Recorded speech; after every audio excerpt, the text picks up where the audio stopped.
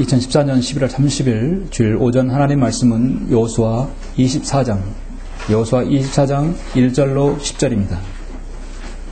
저는 오늘 오전 설교를 여호수아 24장을 들어서 여러분에게 말씀을 드리고자 합니다. 여호수아 24장 1절부터 10절입니다.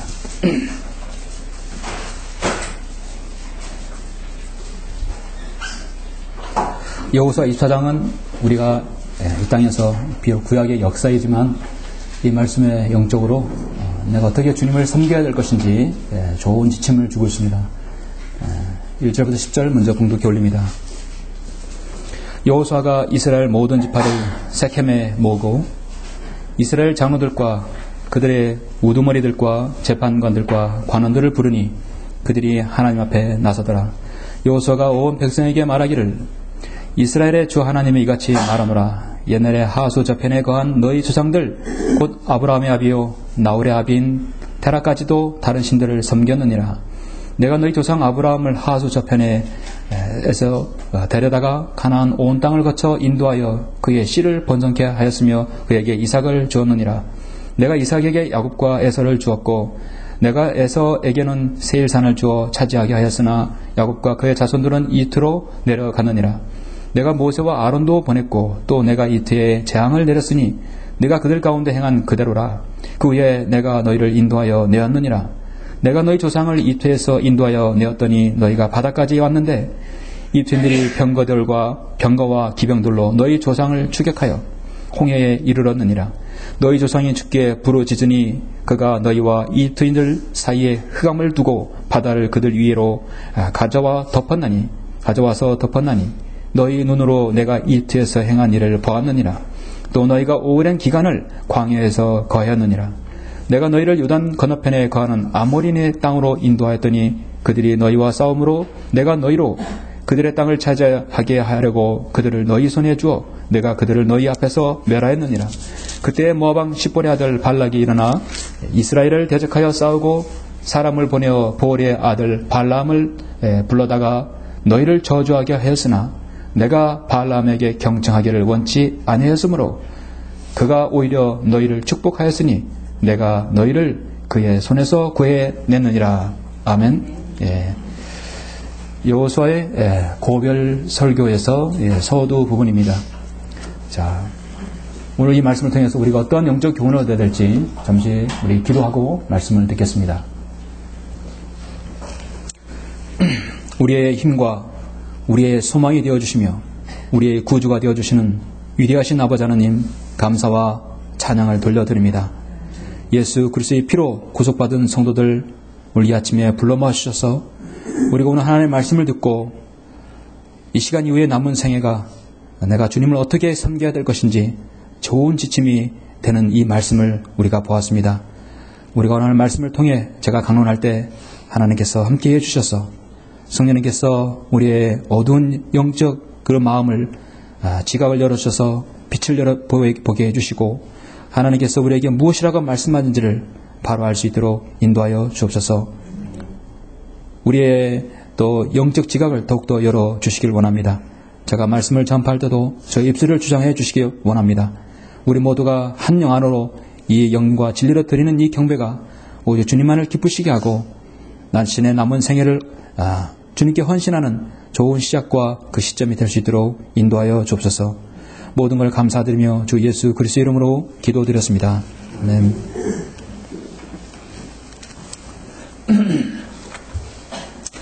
오전 설교는 여호수아의 고별 설교라는 제목으로 하나님 말씀을 전하겠습니다.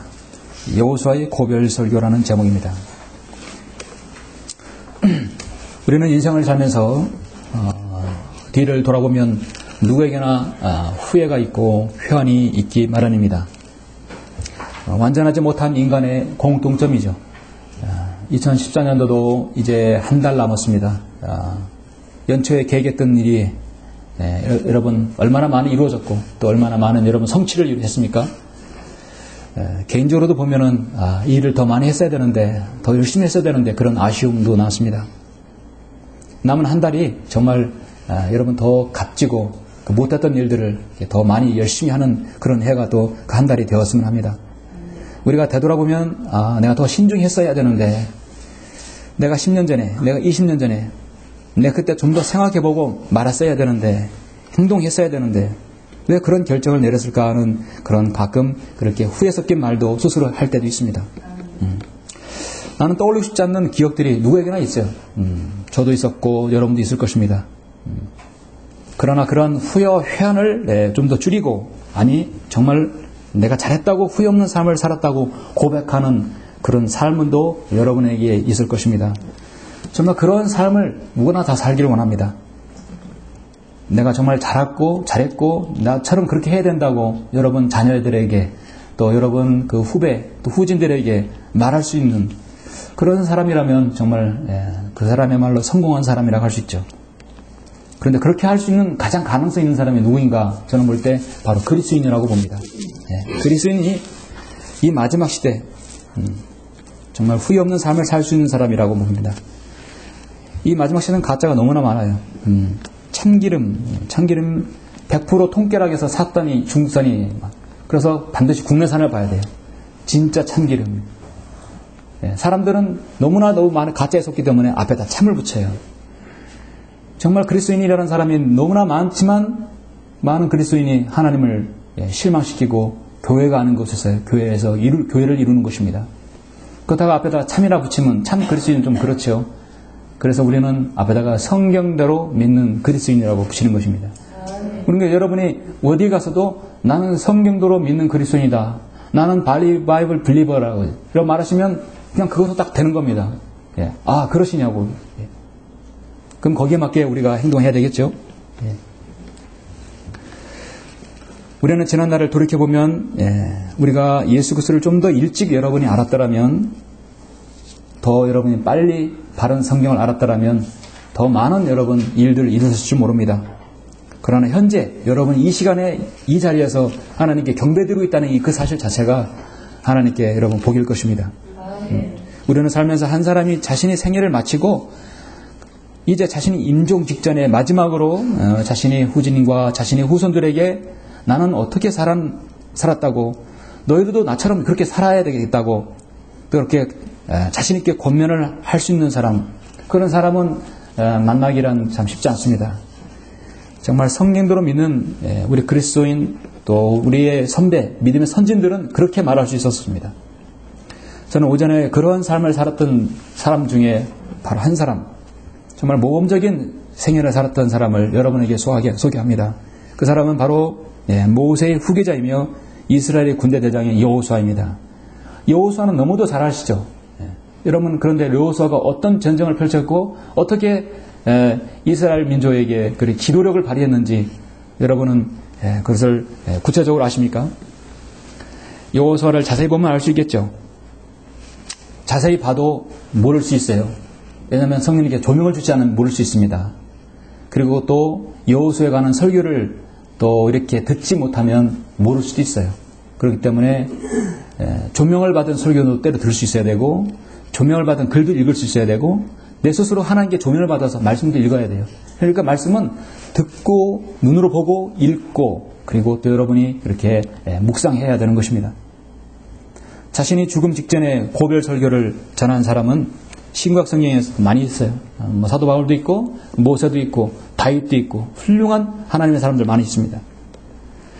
그 중에 저는 여호수아의 고별 메시지를 오늘 여러분에게 소개하는 것입니다. 여러분이 주님을 섬기는 동기, 그 다음에 그런 도전들이 여러분이 되시기를 원하는 것입니다. 정말 여러분이 후회 없는 생을 보내기를 원하십니까? 그렇다면 여호수아의 고별 설교를 오늘 잘 유념하시길 원합니다. 본문은 여호수아 24장을 정했습니다. 여호수아의 마지막 장이죠. 말씀드렸듯이 여호수아가 이스라엘 백성을 향한 마지막 메시지입니다. 이때 나이가 여호수아가 몇 세냐면 110세입니다. 110살. 지금 우리나라에 100세 이상이 있을까요? 뭐 한두 명 있겠죠, 어쩌면. 그러나 110세 이상은 없습니다. 100세면 엄청나게 하나님 사역을 많이 한 것이죠. 그가 마지막으로 하나님께 돌아가기 전에 자신이 그 죽음을 직감한 여호수아는 마지막 설교를 두 편 합니다. 여호수아의 고별 설교는 사실 여호수아 23장, 24장 두 장입니다. 23장은 여호수아가 이스라엘 지도자들에게 제시하는 것이고, 그래서 23장 1절에 보면 주께서 이스라엘 주위의 모든 원수들로부터 이스라엘에게 안식을 주신 후 오래되었을 때 여호수아가 나이 많고 늙었더라. 여호수아가 온 이스라엘과 그들의 장로들과 그들의 우두머리들과 그들의 재판관들 그들의 관원들을 불러서 그들에게 말하기를 내가 나이 많아 늙었도다. 그리고 두 번째 이스라엘 백성들에게 한 설교가 바로 여호수아 24장 1절 2절부터 계속되죠. 여호수아가 이스라엘 모든 지파를 세켐에 모았다. 1절에서 말씀하고 있습니다. 여러분, 여호수아가 23장 1절에 보면 여호수아가 나이 많아 늙었더라 했어요.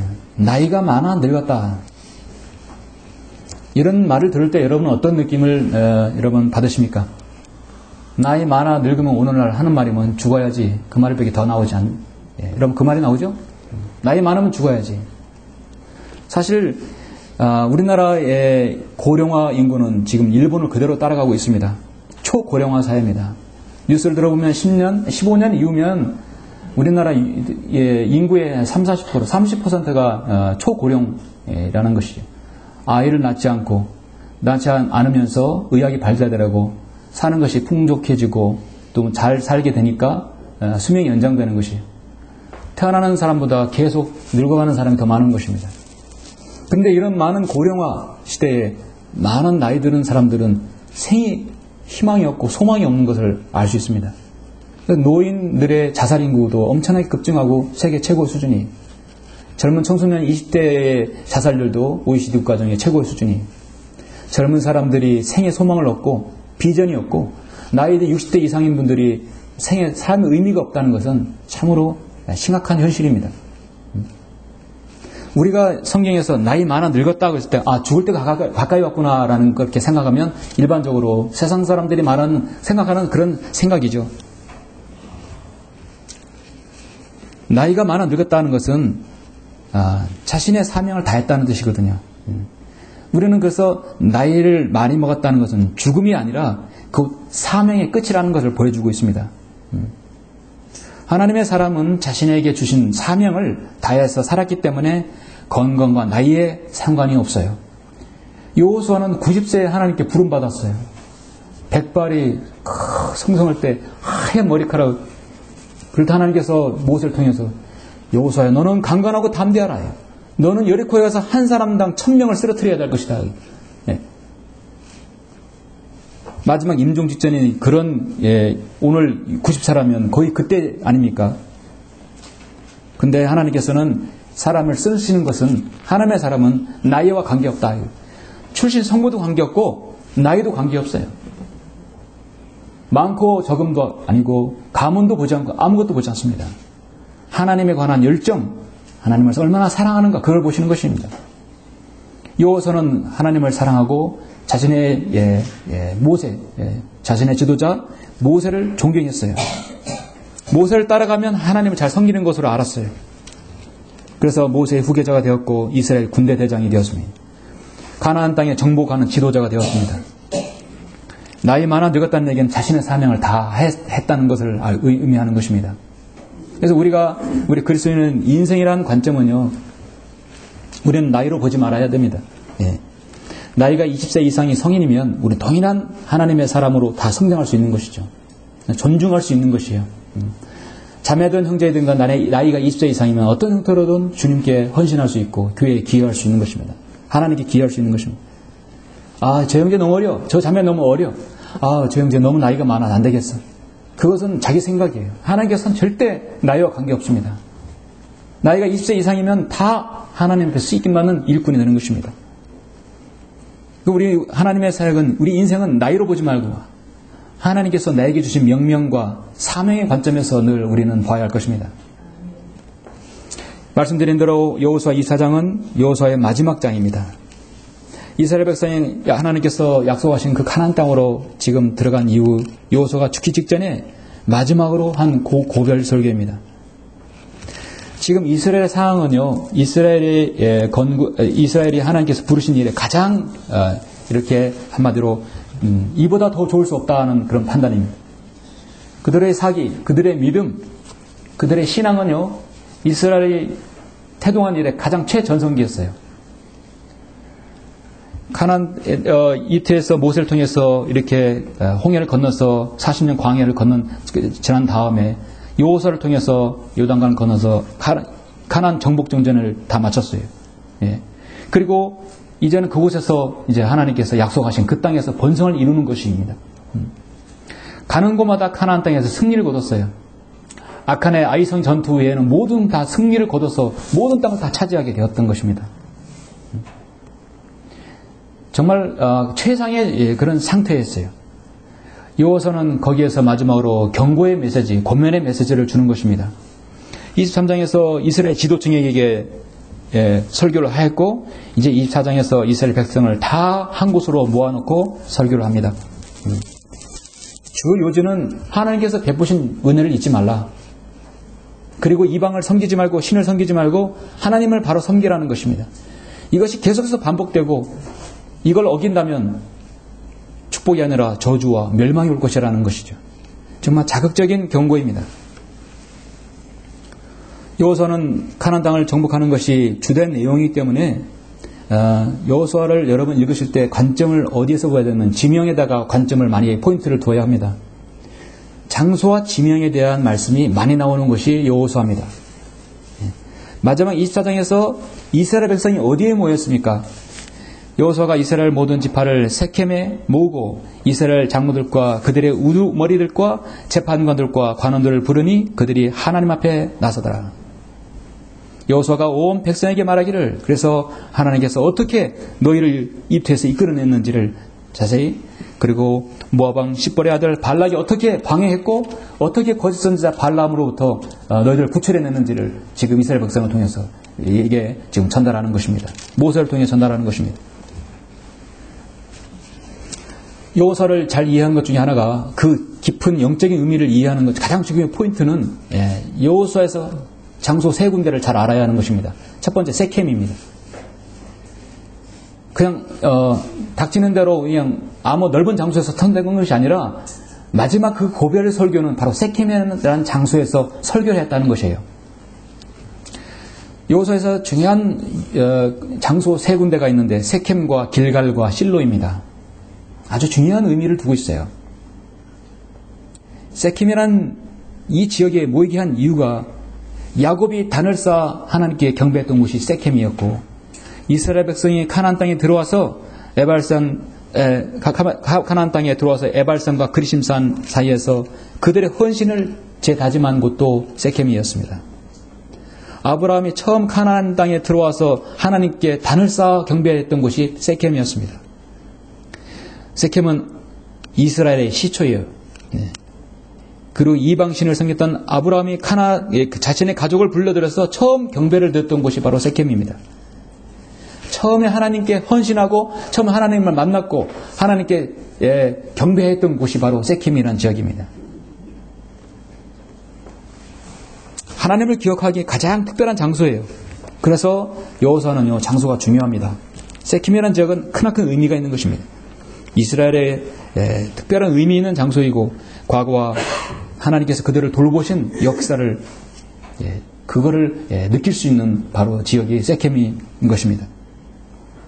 세켐에서 다시 한번 너희들의 과거가 어떠했는지를, 내가 너희를 어떻게 인도했는지를 알려주기 위해서 세켐이라는 지역을 하나님께 선정하신 거죠. 두 번째 지역은 길갈입니다. 길갈은 여호수아 4장과 5장에서 보면 길갈이 나오죠. 길갈은 요단강을 건넌 이스라엘 백성이 여리고성 정복을 준비하면서 12개의 돌로 기념비를 세우고 할례를 받지 않는 사람들에게 할례를 베풀었던 곳입니다. 요단강을 건너서 할례를 베푼 곳 길갈입니다. 이스라엘 성지순례를 갔다 온 사람들은 요단강이 아주 작은 개천에 불과하다고 말을 해요. 정말 얇은 개천에 거의 불과하다고는. 주님께서 하셨을 때는 그 요단강에서 침례를 받으신 곳이, 이스라엘 백성이 이 당시 이때 BC 1500년 때는요 엄청난 큰 강이에요. 이곳을 건넌다는 것은요 거의 죽음을 무릅쓰고 건너가는 것이었습니다. 그런데 그들은 죽음을 각오하고 요단강을 하나님께서 건너게 해주셨어요. 그래서 사람이 죽었다, 유명을 달리했다 하면 다른 말로 뭐라고 합니까? 그는 요단강 건넜다고 하죠. 요단강 건너는 죽음을 맞이했다는 것입니다. 그래서 우리도 찬양할 때 요단강 건널 때 우리 요단강 건넜다는 말은 우리가 안식으로 간다는 얘기예요. 예, 안식을 간다는 얘기다. 바로 4장 5장에서 그 길갈에서 이스라엘 백성이 죽음을 건너서 그들이 할례를 베풀었던 곳이고 거기에 기념비를 세워가지고 하나님을 잘 섬기겠다고 약속한 곳이 바로 길갈인 곳입니다. 또 한 곳 중요한 곳은 실로입니다. 실로는 여호수아 18장 1절에 보면 이렇게 나오죠. 이스라엘 자손의 온 회중이 실로에 함께 모여서 거기에 회중의 성막을 세웠으며 그 땅이 그들 앞에 굴복하였더라. 그들 앞에 굴복하였더라. 실로는요, 하나님께 경배드렸던 곳입니다. 바로 그들이 하나님을 만나는 장소인 성막을 세운 곳이었습니다. 성막이 세워지기 전까지 이스라엘 백성은 성전이 세워지기 전까지는 늘 성막에서 예배를 드렸고 그들의 죄를 용서받았죠. 정말 성막은 하나님과 이스라엘 백성이 만나는 장소입니다. 하나님께 나 자신을 완전히 보복하는 장소이고 죄를 용서받고 하나님께 더욱더 교제하게 밀착하는 장소입니다. 참 중요한 의미를 지니죠. 길갈이라는 곳을 통해서 죽음을 건넌 이스라엘 백성들이 새로운 삶을 살게 되고 할례를 받음으로써 하나님 백성임을 확인하게 되고 삶의 방향을 잃고 방황할 때 그들은 실로를 찾아서 실로에서 하나님께 경배했던 곳입니다. 여러분은 생애의 전환점이 다 있을 것이에요. 정말 바르게 영과 진리로 경배드리고 시작했던 곳, 정말 성경 하나님의 진리의 말씀을 바로 알고 그 말씀을 바로 섬기고 시작했던 그 곳, 그 장소, 그때 여러분의 인생의 터닝 포인트가 분명히 있을 것입니다. 장소는 천안에서, 장소는 어디에서, 또 어느 시점이 분명히 있을 것이에요. 근데 그걸 내가 기억하지 못한다면 자신을 되돌아볼 수 있는 게 아무것도 없어요. 그렇죠? 내가 어떻게 하나님의 바른 말씀을 알았고 내가 누구를 통해서 구원받았고 내가 어떻게 진리의 말씀의 체계를 이루어서 주님을 섬겼고 내가 어떤 지역교회에서 주님을 바라고 섬겼는지 헌신했는지를 여러분 그거 기억해야 합니다. 여호수아는 이스라엘 백성을 지금 세켐에 다 모으고 자신이 고별 설교를 하고 있습니다. 그래서 그 여호수아의 권면은 11절부터 22절까지 계속해서 세 부분으로 나누어져 있습니다. 그것을 저는 여러분에게 그것을 절 순서가 아니라 영적 의미에 맞게 먼저 순서대로 여러분에게 전달하고자 합니다. 여호수아의 마지막 고별 메시지는 우리에게 어떤 권면을 줍니까? 첫 번째, 너희가 섬길 자를 너희가 택하라는 것입니다. 선택은 너희에게 있다는 것이에요. 여러분 11절 건너서 먼저 15절부터 18절을 먼저 보시겠습니다. 여호수아 24장 15절로 18절입니다.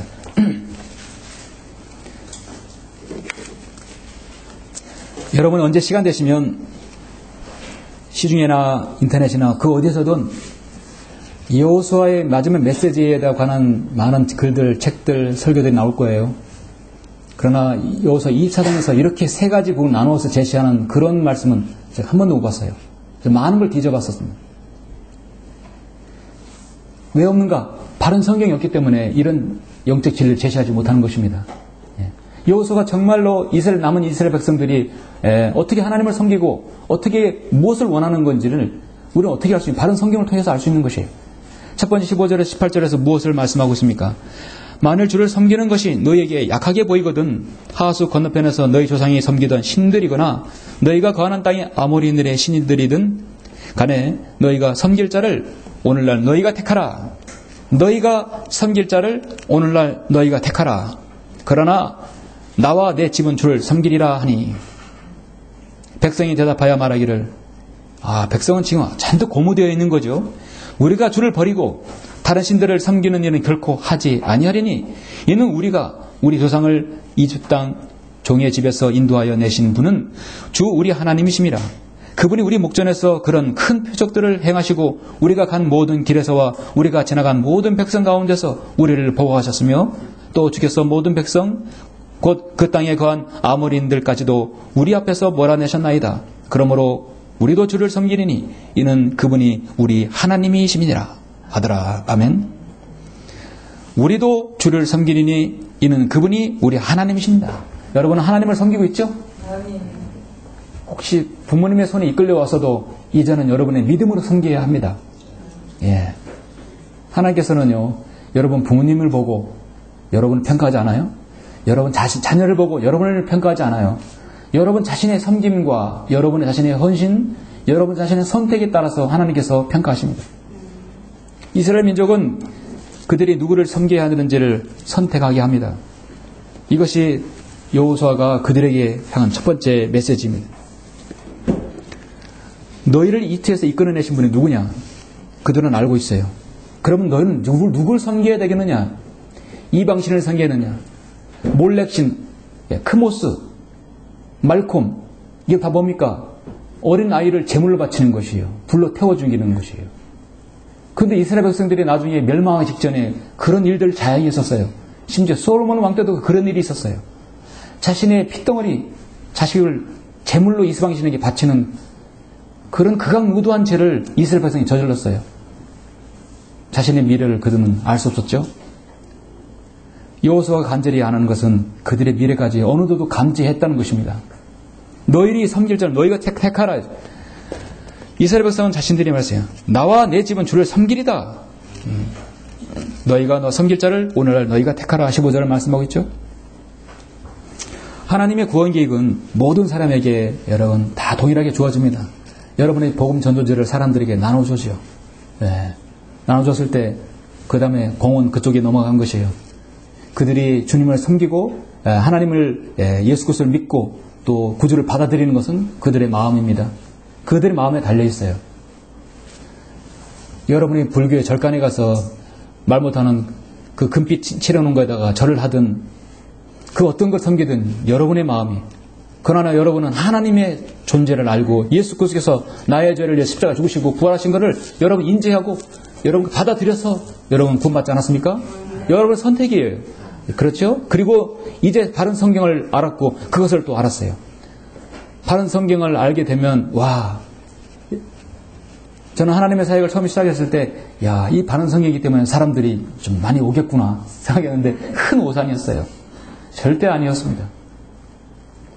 근데 이송 목사님께서 처음에 휴거와 재림 번역했을 때 그 얇은 소자자 했을 때 제가 들었어요.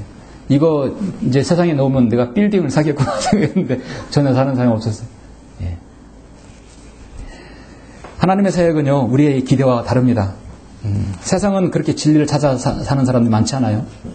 바른 성경을 제시했을 때 얼마나 많은 사람들이 거절합니까? 아, 그러냐고. 야, 정말 바른 성경이냐. 이걸로 바꿔야겠다고. 그런 사람들이 여러분 얼마나 적어요. 가물에 콩나듯이 하잖아요. 천에 한 명 될까 말까 하는 거예요. 여러분은 엄청난 정말 그런 확률을, 정말 하나님의 은혜입니다. 여러분 구원받았고 여러분 바른 성경을 알았고 이제 바른 성경적 신약교회를 딱 보고 아, 내가 이 교회 다녀야겠다. 내가 여기서 주님을 섬기겠다 하고 여기 앞에 나와서 간증했어요. 그리고 세원되었어요. 너희가 섬길 자를 너희가 택하라. 여호수아가 그렇게 이스라엘 백성에게 제시한 것이에요. 앞으로 이 가나안 땅에서 너희가 섬길 너희가 택하라는 것이에요. 아, 우리는 떠나지 않겠습니다. 어떻게 우리 조상인 이집트 땅 종의 집에서 인도하여 내신 분을 우리 하나님이심이라.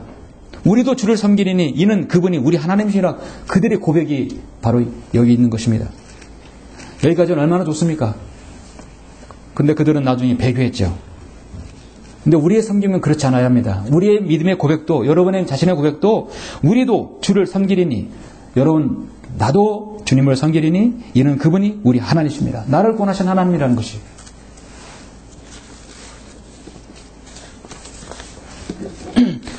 섬기려면 그리스도인이 가장 조심해야 할 것 중에 하나가 섬김의 형식인데요. 형식화인데요. 내가 섬길 자를 내가 택하고 내가 교회를 택하고 내가 섬김을 선택했지만 그 다음부터 중요한 것은 여러분의 형식적인 것이 아니라 진실한 섬김이어야 합니다. 예배와 헌신과 찬양과 헌금 드리는 것 모든 것이 여러분 진지한 섬김이어야 되는 것이죠. 마가복음 12장 30절에서 너는 마음을 다하고 혼을 다하고 생각을 다하여 힘을 다하여 주 너희 하나님을 사랑하라. 이것이 첫째 계명이니라. 여러분 몸이 있지만은요, 여러분 몸은 여기 있으면 여러분 마음도 여기 있어야 되고, 여러분의 혼, 여러분 정신도 여기 있어야 되고, 여러분 생각도 여기 있어야 되고, 여러분의 힘, 열정도 다 여기 있어야 합니다. 예. 다른 사람에 이끌려서 여기에 오셨다고 한다면 마음을 새로 고쳐 먹어야 합니다.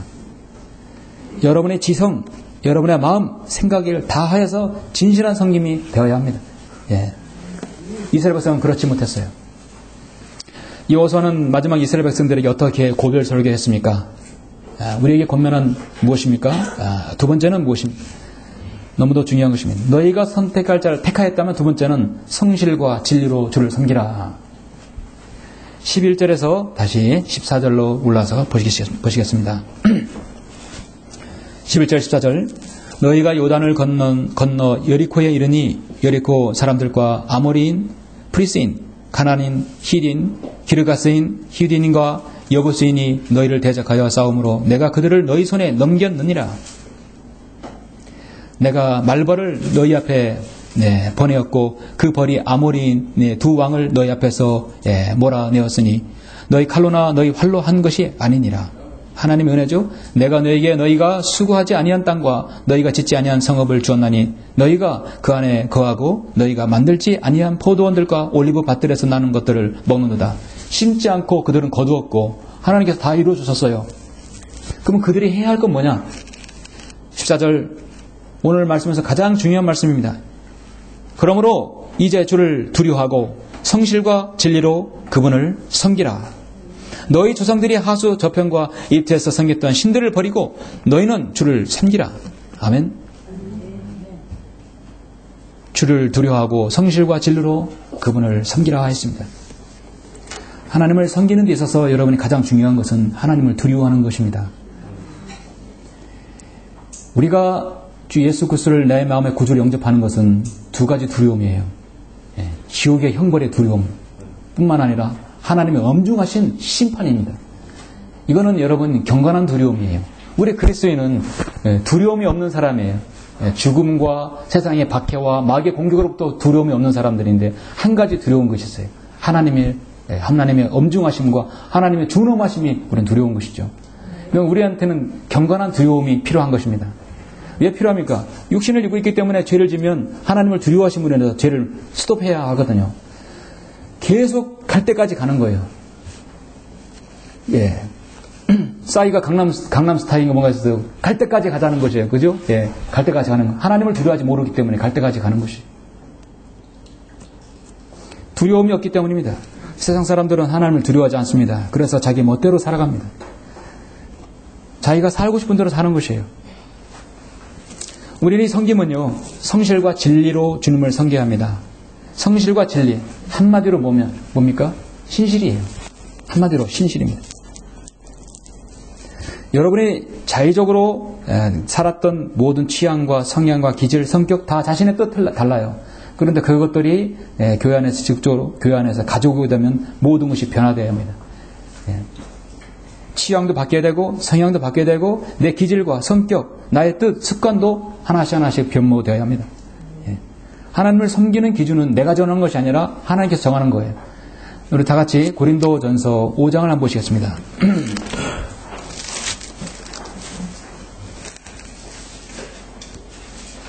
여러분은 성경론에 지역에 오셔서 내 기질, 내 성향, 내 취향 버린 것들 많이 있죠? 그 버린 것이 무엇입니까? 성경은 고린도전서 사도 바울은 고린도교를 향한 서신에서 그걸 묵은 누룩이라고 말하고 있습니다. 고린도전서 5장 7절 8절 보시면 그러므로 묵은 누룩은 떼어내 버리라. 그래야 너희가 누룩을 넣지 않는 새 반죽이 되리라. 우리의 유월절 양이신 그리스도께서 우리를 위하여 이 우리를 위하여가 격성이 없어요. 우리를 위하여 희생되셨으므로 우리가 그 명절을 지키되 묵은 누룩이나 또 악하고 가증한 누룩으로도 말며 오직 누룩 없는 성실과 진리의 빵을 가지고 지키자. 아멘. 누룩 없는, 거짓이 없는, 위선이 없는 것이에요. 여호수아 24장 14절에서 말씀하고 있는 이스라엘에 대한 섬김이 요구하는 것은 성실과 진리. 사도 바울이 이 신학 성도에게 여러분에게 원하시는 것은 누룩이 없는, 거짓 교리가 없는, 위선이 없고 가증스러움이 없는 성실과 진리의 빵을 가지고 섬기라는 것입니다. 왜냐하면 너희 몸은 너희가 하나님으로부터 받은 바 너희 안에 계신 하나님의 성령의 전인 것을 알지 못하느냐. 너희는 너희 자신의 것이 아니니라. 너희는 값을 치르고 산 것이니 그러므로 하나님의 것인 너희 몸과 너희 영으로 하나님께 영광을 돌리라고 말씀하셨기 때문입니다. 우리의 몸은 이미 우리의 것이 아니라고 분명히 말씀하고 있죠. 내 몸은 내 것이라고 한다면 내 멋대로 살아가면 되지만 이제 내 몸은 주님께서 피를 흘려서 값을 주고 샀어요. 내 몸은 내 것이 아니기 때문에 기준이 내가 기준이 아니어야 돼요. 내 기준은 신령과 진정으로 드리는 게 아니라 영과 진리로 드리는 것이 하나님의 기준입니다. 이 죄덩어리가 이제 하나님의 거룩한 성전이 되었어요.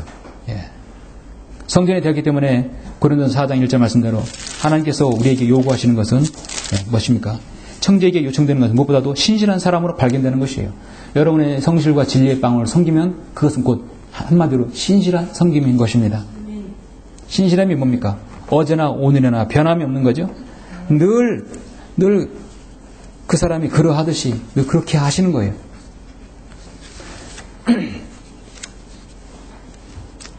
우리 과거 습관과 성질대로 섬기는 것이 아니라 우리는 이제 성경대로 섬겨야 합니다. 성실과 진리로 섬기는 것이 방해가 되는 육신적인 모든 것들 하나씩 우리가 뽑아내야 합니다. 그런 뽑아내기 위해서 오늘 새로 나온 신간 영적 전쟁을 보시면 정말 적나라하게 자세하게 그 방법까지 다 이게 자세하게 제시하고 있어요.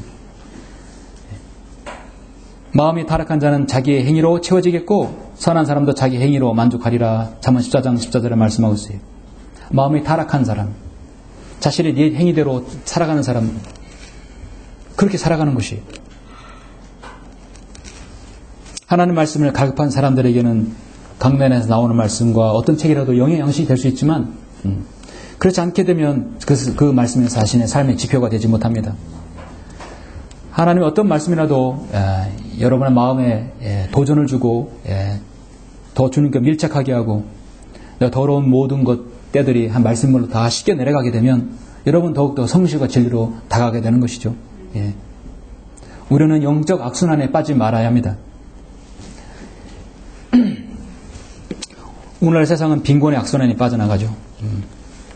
빈곤하니까 더 일을 하지 못하게 되는 것이죠. 일을 하지 못하니까 가난하니까 더 일할 수 있는 여지가 안 되고 더 배울 수 없고 더 사회의 어떤 그런 안전망에 들어가지 못하는 것입니다. 계속 이 악순환이 돼가고 있어요. 이 사회도. 우리 영적인 부분도 악순환이 돼서는 안 됩니다. 하나님의 말씀을 듣지 못하면 힘이 없어요. 영적인 힘이 발휘를 할 수 없어요. 영적인 힘이 발휘 없으면 힘이 없었기 때문에 말씀을 들을 수 있는 의지도 결여되는 것이죠. 결여되니까 예배에 참석하지 못하게 되는 것이죠. 참석하지 못하니까 다시 또 말씀에 힘이 없는 것이죠. 뭐든지 어디서 그 고리를 끊어야 합니다. 이 사회에 대한 그 고리를 끊는 건 저는 해답은 몰라요. 이 세상은 더 이상 희망이 없기 때문에 고리 끊는 것은 유일하게 주님이 오셔야만이 완전한 통치를 이룰 수 있는 것이에요. 우리는 세상 통치자에 기대할 수 없습니다. 다만 그리스도인이 세상에서 복음을 전하고 거리를 설교하고 하는데 방해되지 않는 법만 제시하지 않으면 좋을 것 같아요. 거리 설교하는데 70데시벨 이상이면 요새는 뭐 벌금형이라든지 제재를 하고 있잖아요. 지금은 집회를 함부로 하지 못하게 하기 위해서 그런 법이 없어야 될 것이죠. 여러분이 경배에 잘 참여하시면 말씀을 듣습니다. 말씀을 들으면 힘과 위로를 얻고 능력을 얻습니다. 그 능력을 얻으면 생활에서 승리하게 돼요. 승리하게 되면 경배에 참여하게 돼요. 계속해서 선순환이 되는 것입니다. 옛날에 우리는 변개된 성경을 가지고 신령과 진정으로 섬긴다고 하면서도 이것이 바른 섬김이라 생각했고 경배와 찬양한다면서도 스스로 만족했었습니다. 그러나 그 모든 것은 하나님 보시기에 있으면 위선이었던 것입니다. 이제 우리는 성실과 진리의 빵으로 섬겨야 할 것입니다. 여호수아가 이스라엘 백성에게 마지막 메시지는 세 번째, 그 권면은 무엇입니까? 자신이 서원한 것에 스스로 증인이 되라는 것이에요. 내가 말한 것에 너 책임져라. 그거예요. 그렇죠? 우리 그리스도인은요, 나의 고백에 대해서 스스로 책임을 지고 증인이 될 수 있어야 합니다. 우리 계속해서 여호수아 24장 19절, 22절 보시겠습니다. 여호수아가 백성에게 말하기를 백성들이 너희가 섬길 자를 너희가 택하라 했을 때 우리도 주를 섬기리니 이는 그분이 우리 하나님이십니다. 스스로 고백했어요.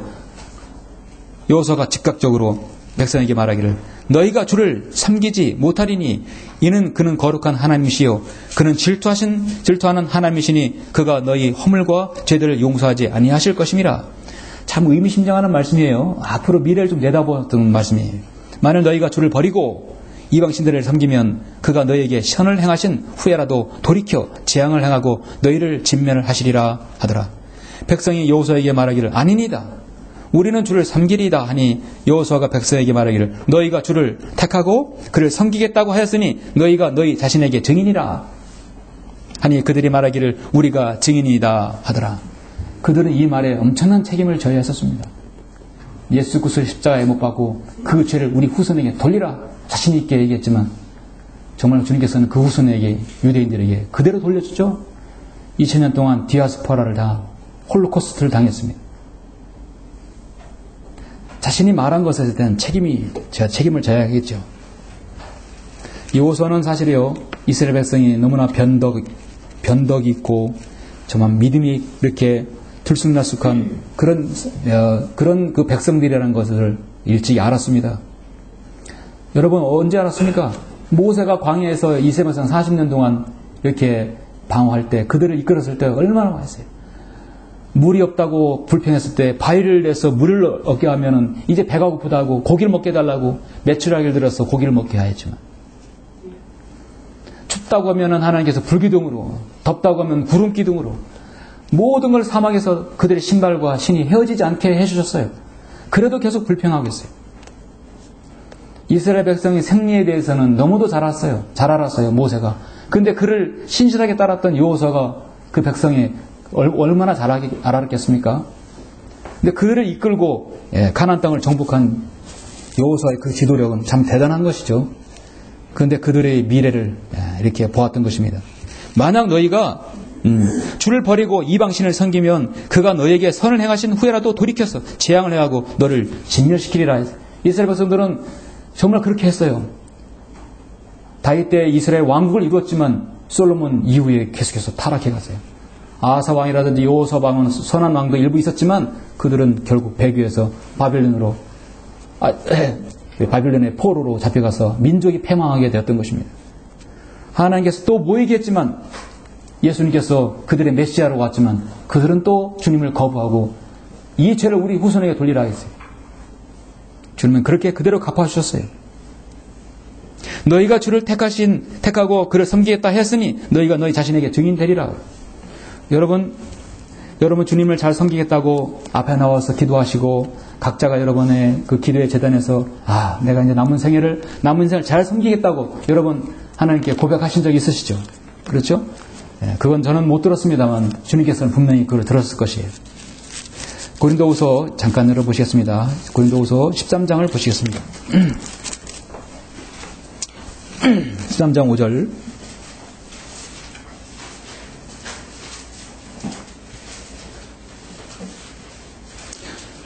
너희가 믿음 안에 있는지 너희 자신을 시험하고 스스로 입증하라. 예수 그리스도께서 너희 안에 계신 것을 스스로 알지 못하느냐? 그렇지 못하면 너희는 버림받은 자들이라 했어요. 너희가 믿음 안에 있는지 너희 자신을 시험하고 입증하라. 그래서 여러분이 다른 사람에게나 다른 제3자에게나 여러 성도들에나 특히 강단에서 간증하신 분들은요, 내가 어떻게 섬기겠다고 간증하신 분들을 그리고 주님 앞에 나와서 서원하신 분들은 그것을 잘 기억하셔야 합니다. 왜냐하면 여러분 스스로 여러분 입이 여러분의 증인이 되는 것이에요. 증인이 되고 그걸 여러분은 입증을 해야 합니다. 우리는 이렇게 여러분 복음과 진리를 전할 때 다른 제도권에 있는 사람들, 진리를 모르는 사람들이 자신이 믿음이 있고 자신이 구원받았고 그런 것에 대해서 얘기를 할 때 당신이 믿음이 있는지 예수님의 재림을 기다리는지 스스로 당신이 입증할 수 있겠느냐 물어봐야 됩니다. 당신이 바로 섬기고 있는 그 성경, 믿고 있는 그 성경이 참다운 하나님 말씀임을 자신이 입증할 수 있겠느냐 물어볼 수 있어요. 여러분 그런 질문을 받았을 때 여러분 입증할 수 있습니까? 예, 주세요.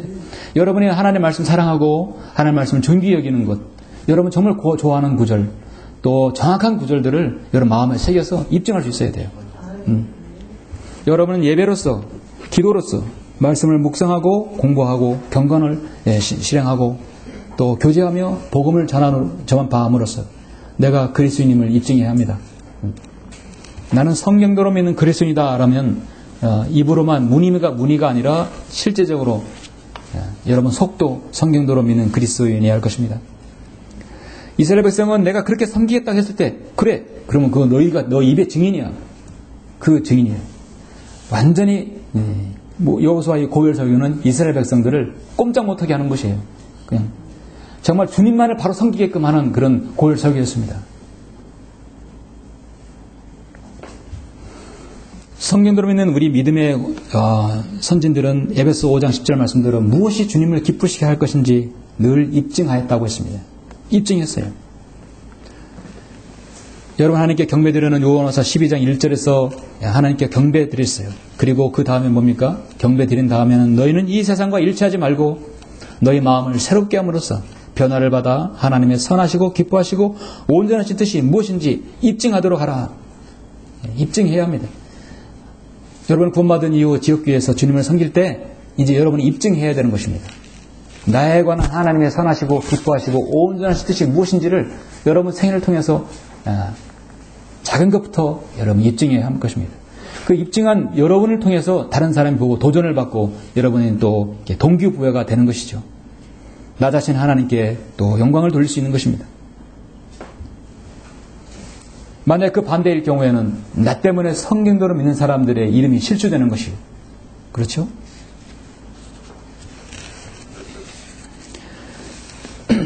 여러분 자신이 성경대로 믿는 그리스도인으로서 늘 여러분 입증하기를 원하십니까? 그렇게 하셔야 할 것입니다.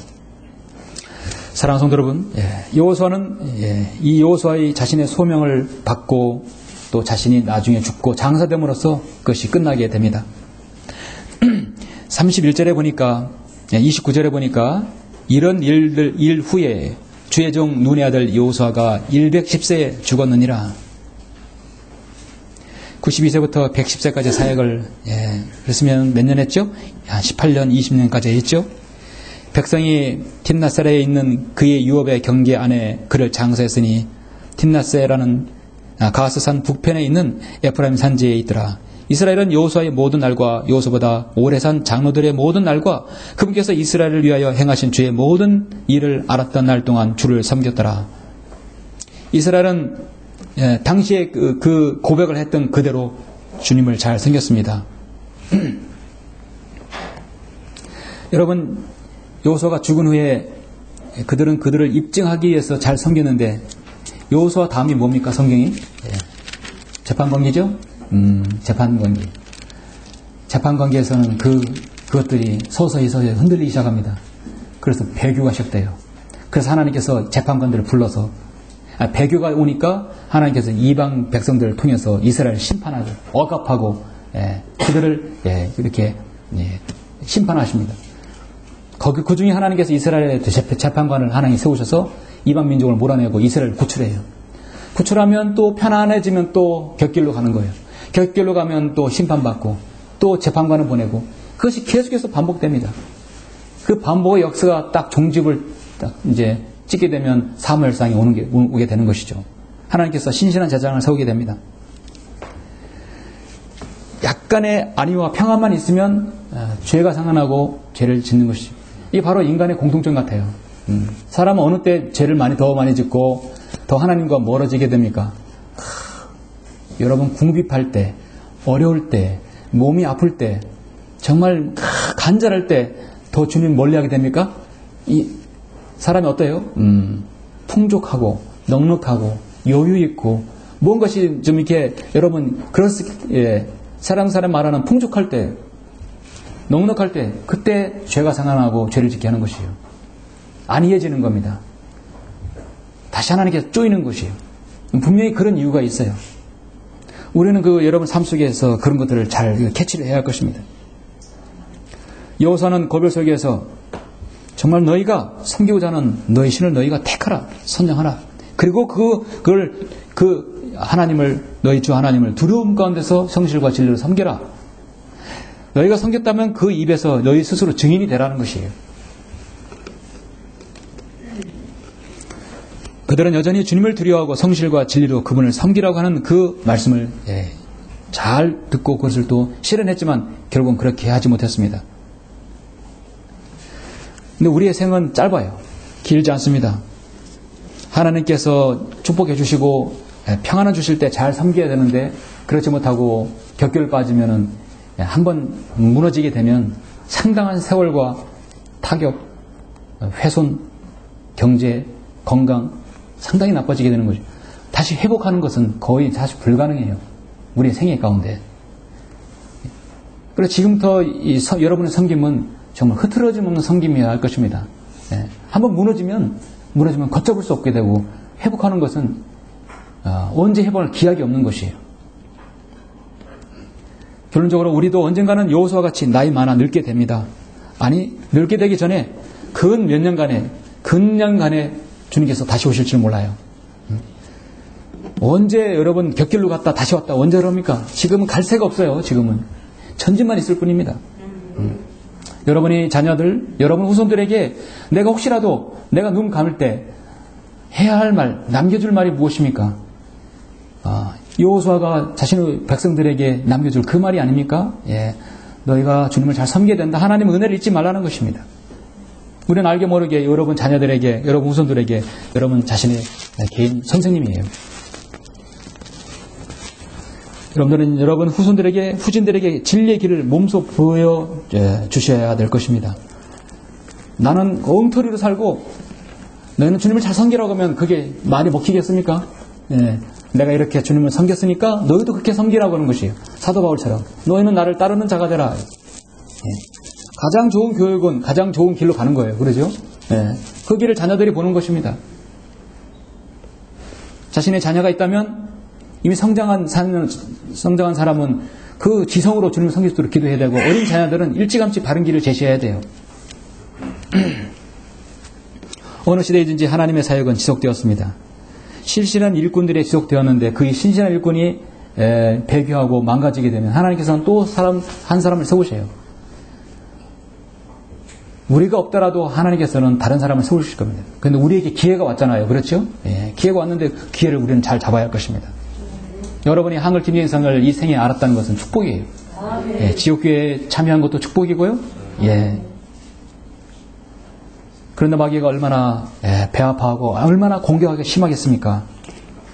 저렇게 개혁성경하고 잘 멋대로 하던 사람들이 이제 바른 성경을 알더니 그 사람도 많이 없는데 가고 그 복음 전하는 것도 사람들이 안 하는데 그걸 굳이 만들어서 거리에서 설교하고 구령하려고 하고 싫은 소리 들어서까지 하는 걸 볼 때 마귀가 얼마나 싫어하겠습니까? 그런 반면 하나님께서는 얼마나 여러분을 기쁘시고 얼마나 여러분의 진지한 섬김을 주님께서 여러분의 기도에 응답해 주시겠습니까? 마지막으로 하나님께서는 여러분에게 하시는 말씀이 있습니다. 고린도후서 2장 17절 말씀대로 우리는 하나님의 말씀을 변개시킴으로써 이익을 취하는 여러 삶과 같지 않고 오직 성실함으로써 또 하나님으로부터 난 자로서 하나님 앞에서와 그리스도 앞에서 말하노라 하니 우리가 성실함으로 신실함으로 섬기는 것이 여러분의 주님을 섬기는데 이익을 취하는 데 목적을 두고 오는 사람은 우리 섬기는 사람은 자격이 없는 거죠. 오늘날 많은 사람들이 교회를 선택하는 거 중요한 것이 교회 주차장이 있냐 없냐 그게 가장 중요한 거예요. 그죠? 일단은 주차를 해야 되니까 그러죠? 주차를 해요. 옛날에 신발 벗고 들어올 때는 신발 잊어먹으면 낙심해서 다시는 교회 안 오잖아요. 부흥회 가는데 신발 잊어먹었으면 세상에 하나님 사람들이 남의 신발 신는 것 같다고 다시는 저도 잊어먹은 적 있지만 얼마나 어린 마음에 그랬습니까? 요즘에는 주차장이 있어야 돼. 교회 와요. 요즘에는 장사해야 되니까 서로 공무원도 있어야 되고 뭐 하는 사람도 있어야 되고 서로 이렇게 딱 인사 나눌 때 상호상조 해야 돼요. 교회에 와야 먹고 사니까. 이것이 오늘날 외국 같은 데는 미국과 일본, 미국, 호주, 캐나다 교회가 아니라 커뮤니티가 됐어요. 교회가 아니라 커뮤니티 같은 공동체가 돼버린 거예요. 이건 처치가 하나님의 교회가 아닙니다. 좀 하나님의 교회는 무엇입니까? 어떤 이득을 취하러 온 것이 아니라 여호수아의 그 고별 속에 들어 성실과 진리의 섬김을 목적으로 해서 섬기는 것입니다. 여러분 그러한 생애가 다 되시기를 간절히 바랍니다.